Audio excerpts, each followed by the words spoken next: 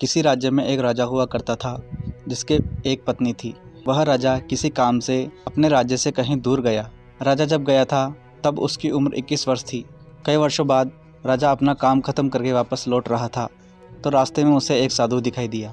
साधु ने राजा से कहा, मेरे पास एक अनमोल मोती है, तुम इसे किसी अनमोल वस्तु से खरीद सकते हो।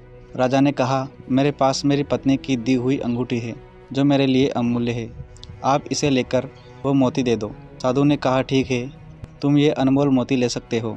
अनमोल मोती यह है कि कुछ भी करने से पहले 2 पल सोचो। यह सुनकर राजा बोला कि यह तो अनमोल मोती नहीं है। साधु ने कहा कि राजा, पहले इस मोती का उपयोग तो करके देखो, फिर तुम्हें पता चलेगा कि यह कितना अनमोल है।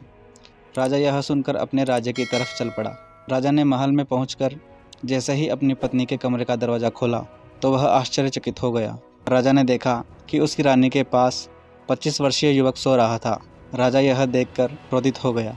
राजा तलवार निकालकर उस युवक को मारने ही वाला था, लेकिन उसे उस साधु का दिया हुआ मोती याद आ गया। उसने 2 पल सोचा। इतने में रानी उठकर बोली कि यह आप क्या करने जा रहे थे? यह आप ही का पुत्र है।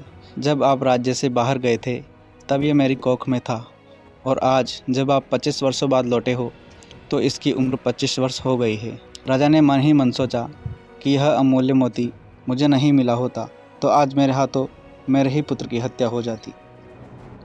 इस कहानी से हमें यह सीख मिलती है कि किसी भी काम को करने से पहले 2 पल सोचो।